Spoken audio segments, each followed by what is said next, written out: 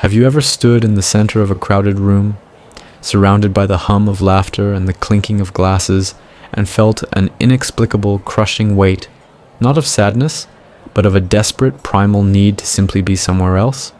Have you ever looked at a calendar full of social invitations and felt, instead of excitement, a quiet sense of dread, wondering how much of yourself you will have to give away just to remain normal in the eyes of others? We are taught from birth that humans are social animals, that isolation is a symptom of a sickness, and that the desire for solitude is a red flag for depression or social anxiety. But what if that narrative is fundamentally flawed?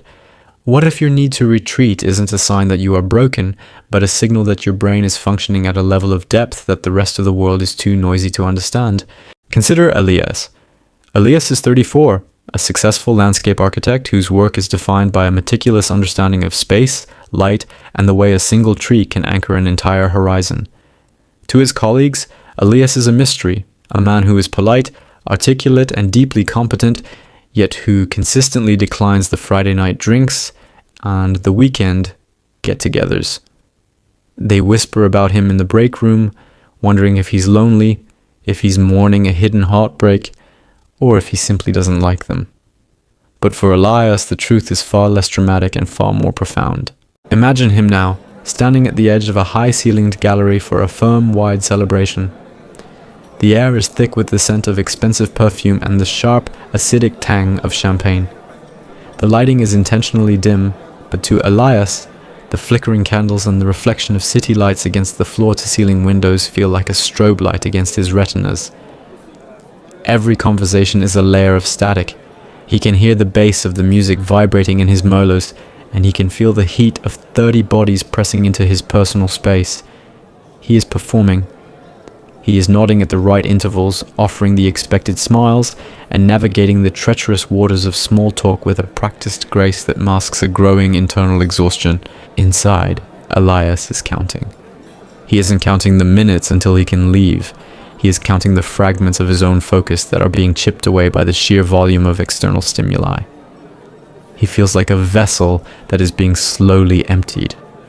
To the person standing across from him, Elias is present, but to Elias, he is a ghost watching himself play a role. He notices the way his palms are slightly damp and the way his jaw has begun to ache from the tension of maintaining a pleasant expression. This isn't fear. He isn't afraid of the people in the room. He doesn't worry that they are judging him or that he will say the wrong thing. He simply feels as though he is being unraveled by the noise. When he finally makes his exit, slipping away during a transition in the music with the stealth of a shadow, the relief is physical.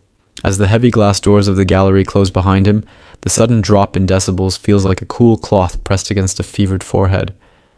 The city air is cold, smelling of damp pavement and exhaust, but to Elias it is the smell of freedom. He begins the 3-mile walk back to his apartment, refusing the lure of a taxi. He needs the movement. He needs the rhythmic beat of his boots against the sidewalk to recalibrate his nervous system. By the time he reaches his front door, the internal static has begun to settle. He enters his apartment and doesn't turn on the overhead lights. Instead, he moves through the familiar darkness by memory, the silence of the space rising up to greet him like a long-lost friend. He doesn't turn on the TV. He doesn't check his phone. He sits in a leather armchair by the window, watching the distant headlights move across the bridge. In this silence, Elias begins to expand. The fragments of thought that were shattered by the gallery chatter start to knit back together. He thinks about the project he's working on, a public park in a dense urban center. In the quiet, he can see the flow of the walkways, the specific curve of a stone bench, the way the shadows will fall at 4 p.m. in late October. His mind, which felt like a frantic, trapped bird only an hour ago, is now a vast, open landscape. He feels a sense of profound clarity, a rush of creative energy that he could never access in the presence of others. He isn't lonely. He is full. He is more himself in this empty room than he was in that crowded gallery.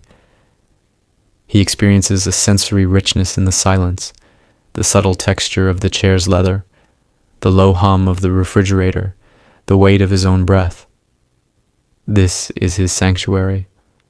But as he sits there, a small nagging voice in the back of his mind, a voice conditioned by a society that fears the quiet, asks, "Is this normal? Am I missing out on the real world while I sit here in the dark? Is my preference for my own company a gift, or is it a wall I've built to keep the world out?" The world has long looked at people like Elias with a mixture of pity and suspicion. We have been conditioned to believe that the optimal human state is one of constant connection, that the extrovert is the blueprint for health, and that the person who seeks the shadows is hiding a wound.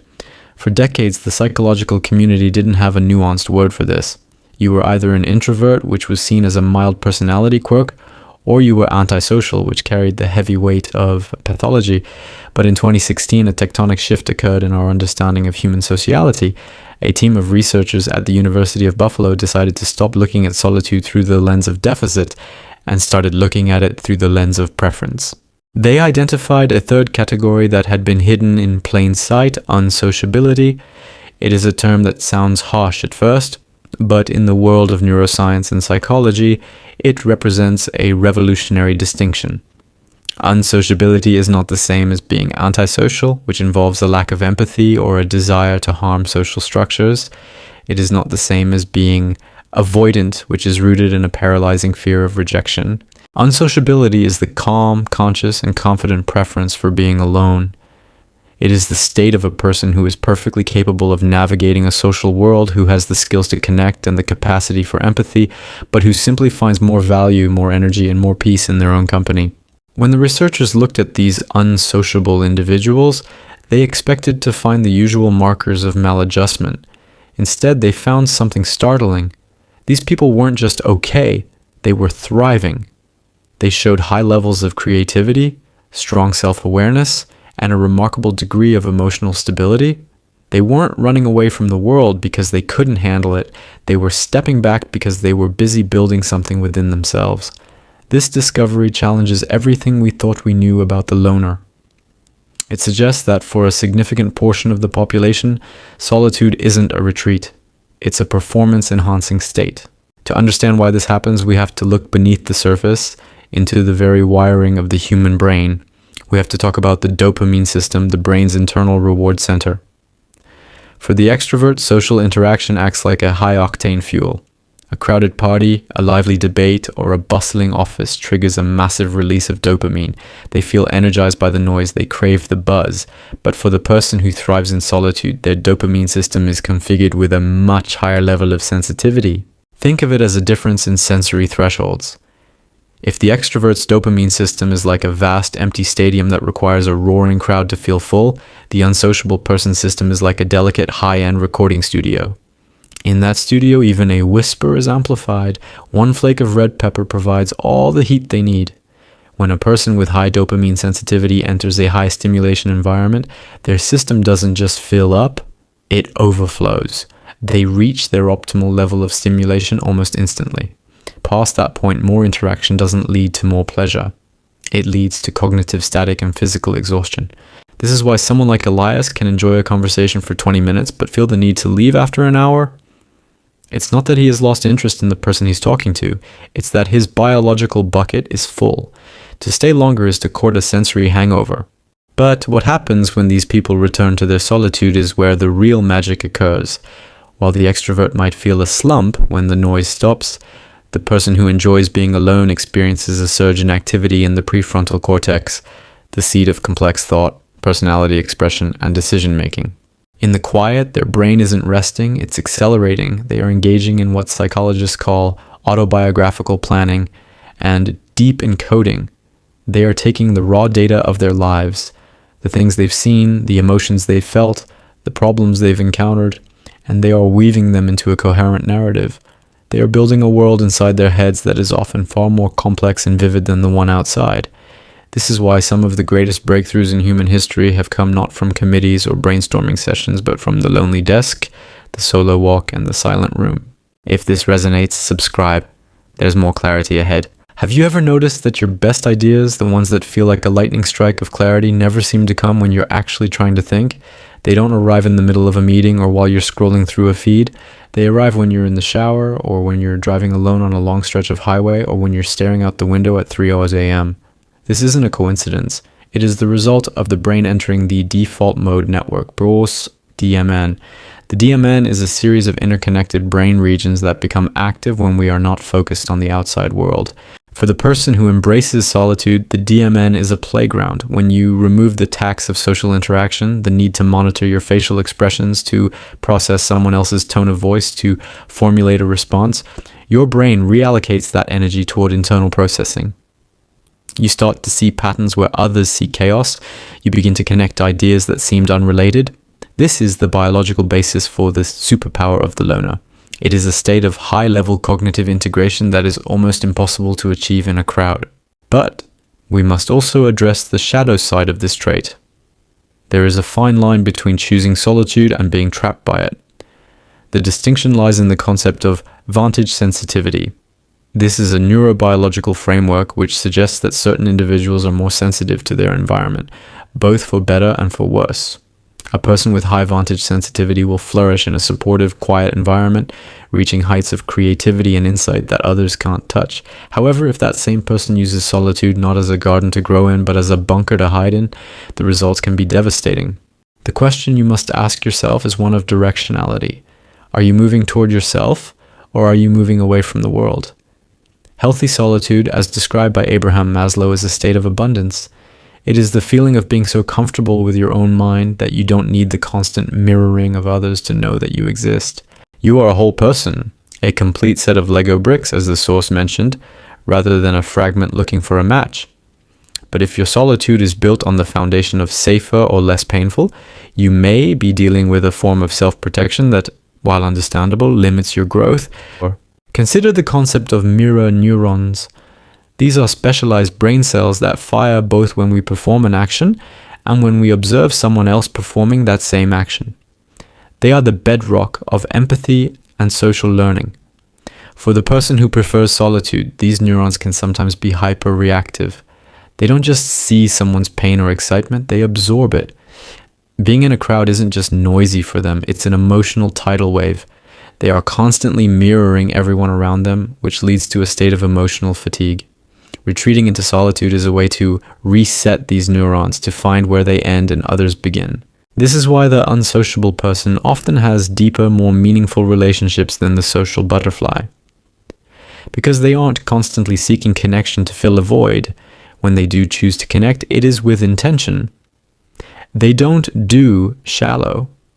They don't have the energy for it. They bring their whole recharged self to the table. They are the friends who listen with an intensity that is almost startling, the partners who notice the subtle shift in your mood before you even recognize it yourself. They are not disconnected from humanity. They are simply discerning about how they engage with it. In Japan, the culture has evolved to recognize this fundamental human need through the concept of hitori. It is a word that translates simply to one person, but its cultural weight is immense.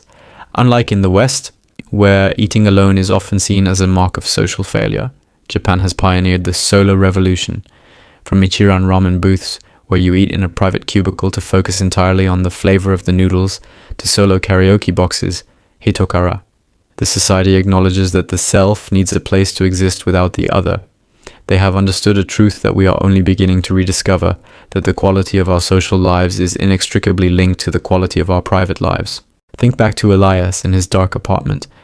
Is he antisocial? No.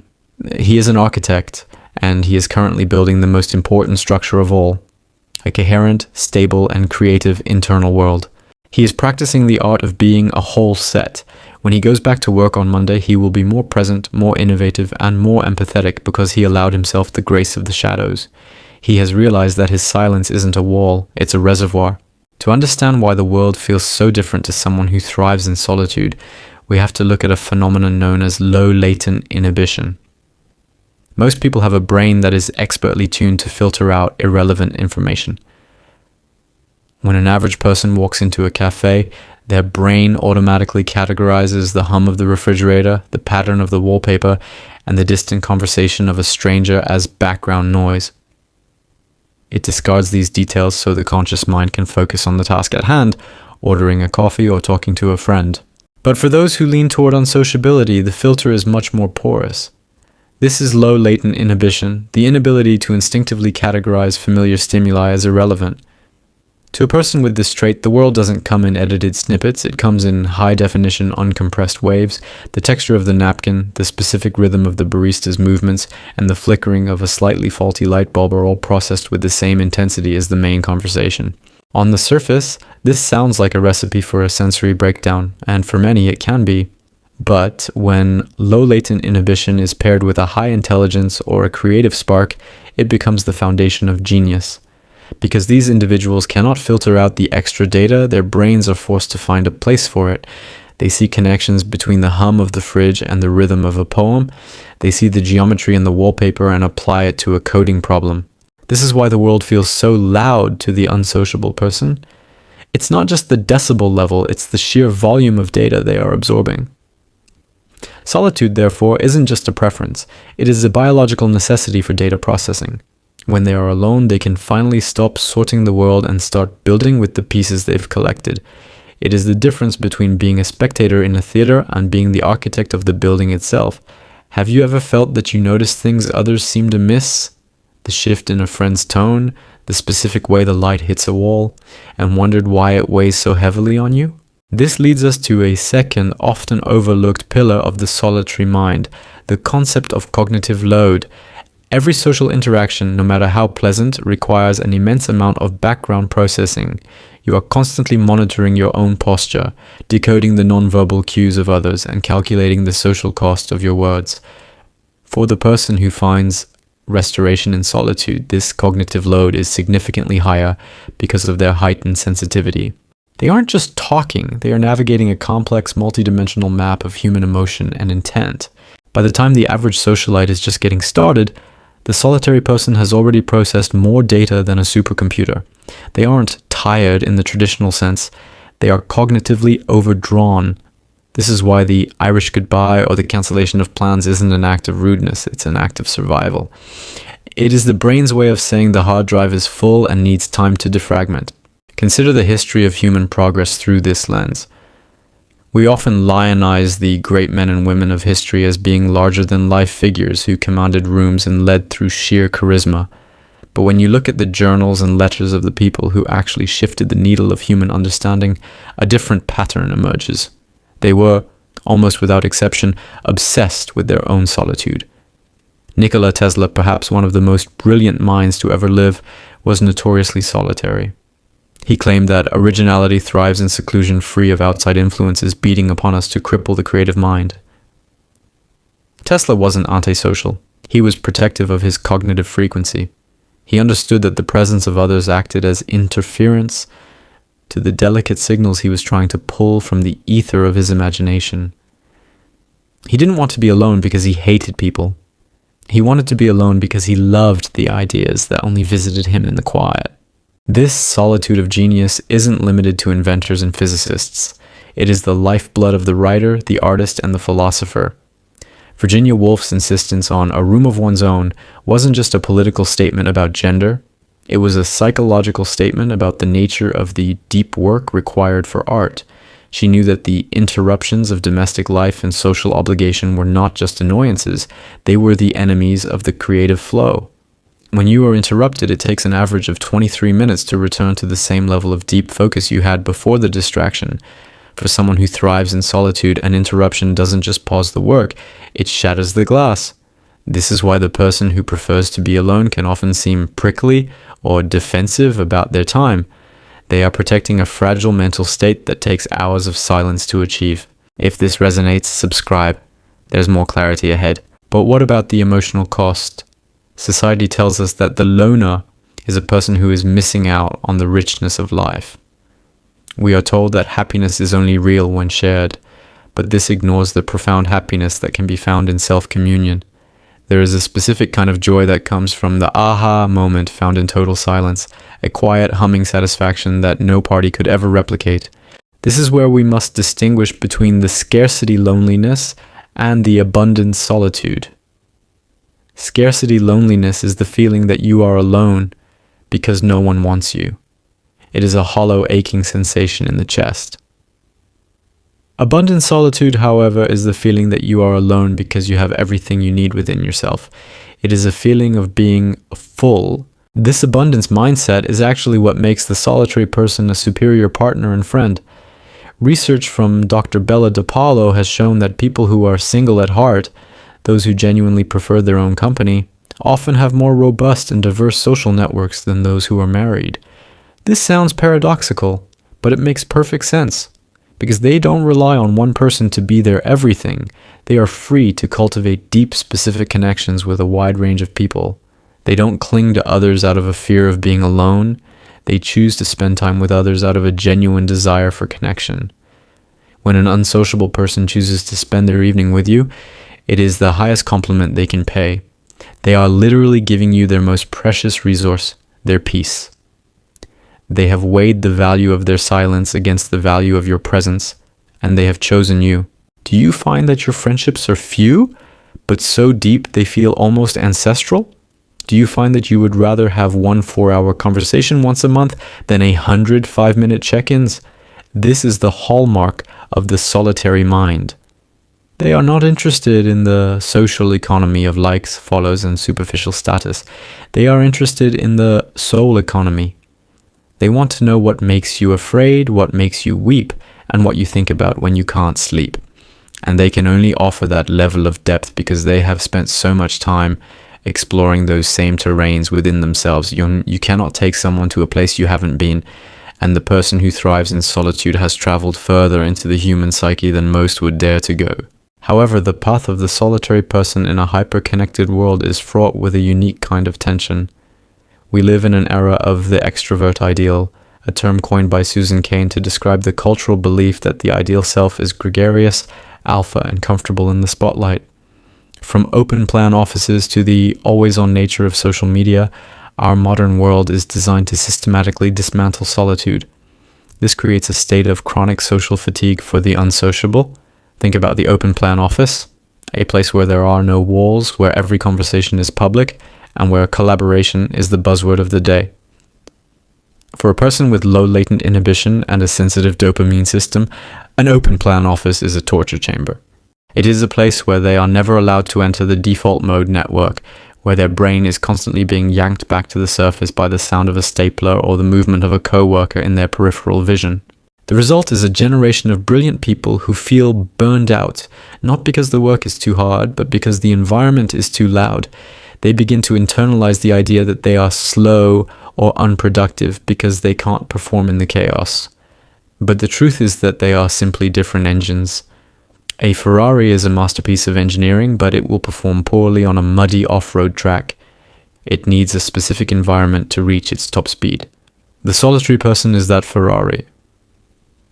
When they are forced to operate in a muddy social environment, they stall, but give them a long, quiet stretch of road. Give them 3 hours of uninterrupted time in a room with a closed door, and they will outpace everyone in the building. This brings us to the science of niche construction. In evolutionary biology, niche construction is the process by which an organism alters its environment to better suit its needs, like a beaver building a dam or a bird building a nest. The healthy, unsociable person is a master of niche construction. They have learned that they cannot change their brain's wiring, so they must change their world. They are the ones who set firm boundaries on their do not disturb settings. They are the ones who have mastered the art of saying no without explanation. They have realized that their no to a social invitation is actually a yes to their own mental health, their own creativity, and their own sense of self. But there is a subtle trap here, one that requires a deep, almost uncomfortable level of self-reflection. It is the trap of emotional avoidance. Sometimes we tell ourselves we prefer to be alone, but if we look closer, we realize we are actually just afraid. This is where the concept of the social mask becomes vital. We all wear masks to some degree. We have a work self, a family self, and a public self. But for the person who is hiding in solitude, the mask has become too heavy to carry.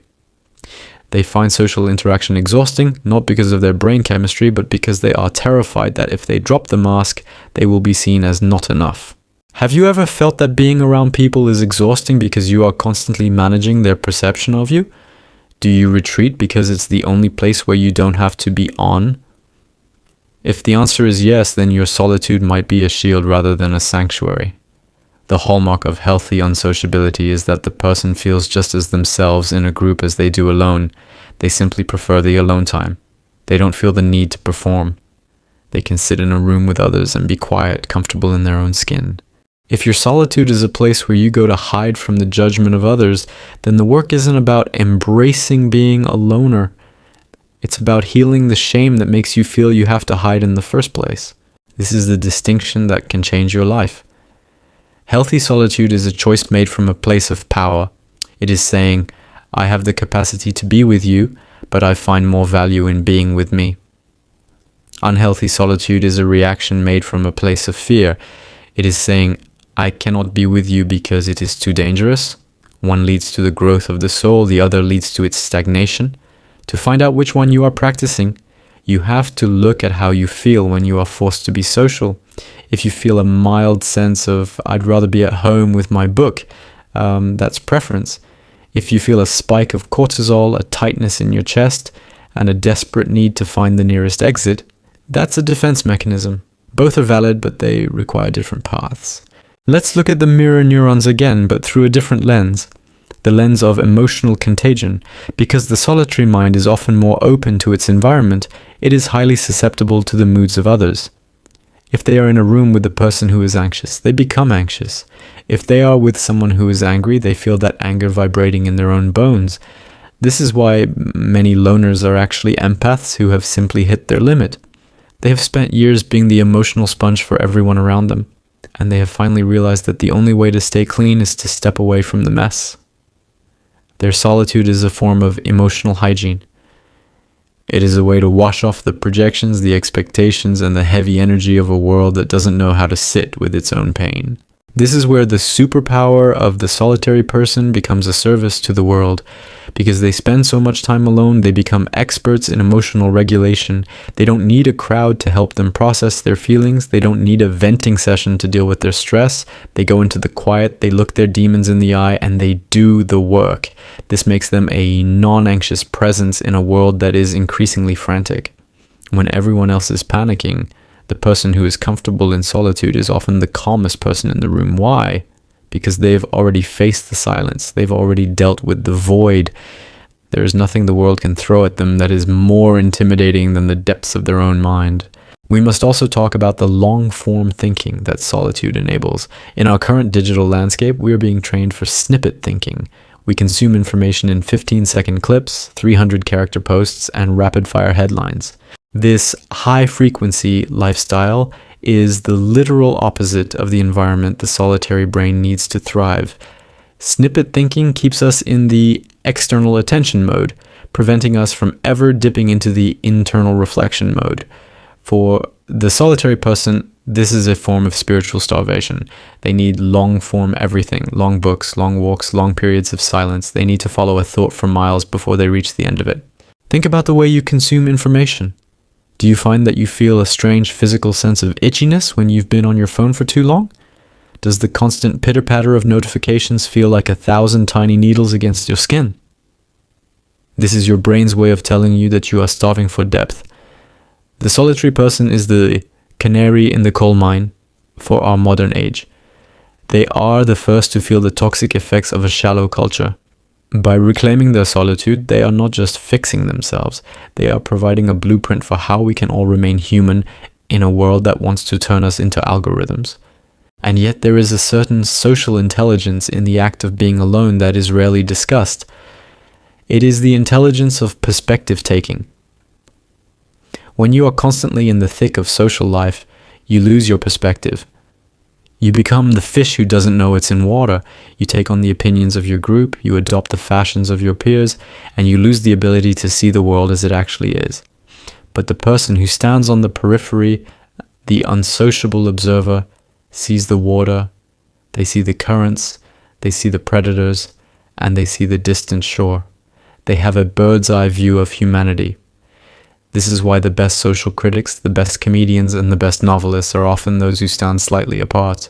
They are close enough to care, but far enough to see. This vantage sensitivity means that while they are more affected by negative environments, they are also more boosted by positive ones. If a solitary person finds a group of their people, a small circle of deep thinkers who respect boundaries and value silence, they don't just fit in, they explode with growth. They become the vantage through which the whole group can see more clearly. They bring a level of insight and a quiet authority that anchors the group. They are the still point in the turning world.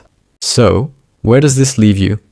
If you are the person who feels that pull toward the quiet, you must stop apologizing for it. You must stop framing your need for solitude as a weakness or a quirk.